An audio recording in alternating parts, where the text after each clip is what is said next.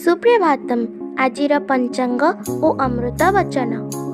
ଶୁଭ ସକାଳ। ଆଜି ଦିନର ପଞ୍ଚାଙ୍ଗ। ଆଜି ଶ୍ରୀ ଶ୍ୱେତବରାହ କଳ୍ପର ବୈବସ୍ୱତ ମନ୍ୱନ୍ତର ଦ୍ୱିତୀୟପରାର୍ଧ ଦକ୍ଷିଣାୟନ ହେମନ୍ତ ଋତୁ ମାର୍ଗଶିର ମାସ କୃଷ୍ଣପକ୍ଷ ତ୍ରୟୋଦଶୀ ତିଥି ସୋମବାର ଚୁକାବ୍ଦ 5127 ବିକ୍ରମ ସମ୍ବତ 2082 ନଭେମ୍ବର ମାସର 17 ତାରିଖ। ଆଜି ଦିନଟି ସମସ୍ତଙ୍କ ପାଇଁ ମଙ୍ଗଳମୟ ହେଉ, ଈଶ୍ୱରଙ୍କ ନିକଟରେ ବିନମ୍ର ପ୍ରାର୍ଥନା।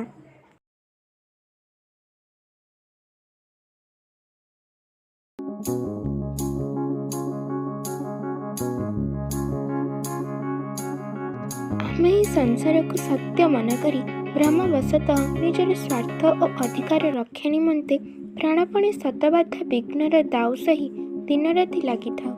ଶେଷରେ ନିଜେ ଅଶାନ୍ତି ଭୋଗ କରୁ, ପରର କ୍ଷତି ବା ସର୍ବନାଶ କରିବାକୁ କୁଣ୍ଠାବୋଧ କରୁନା।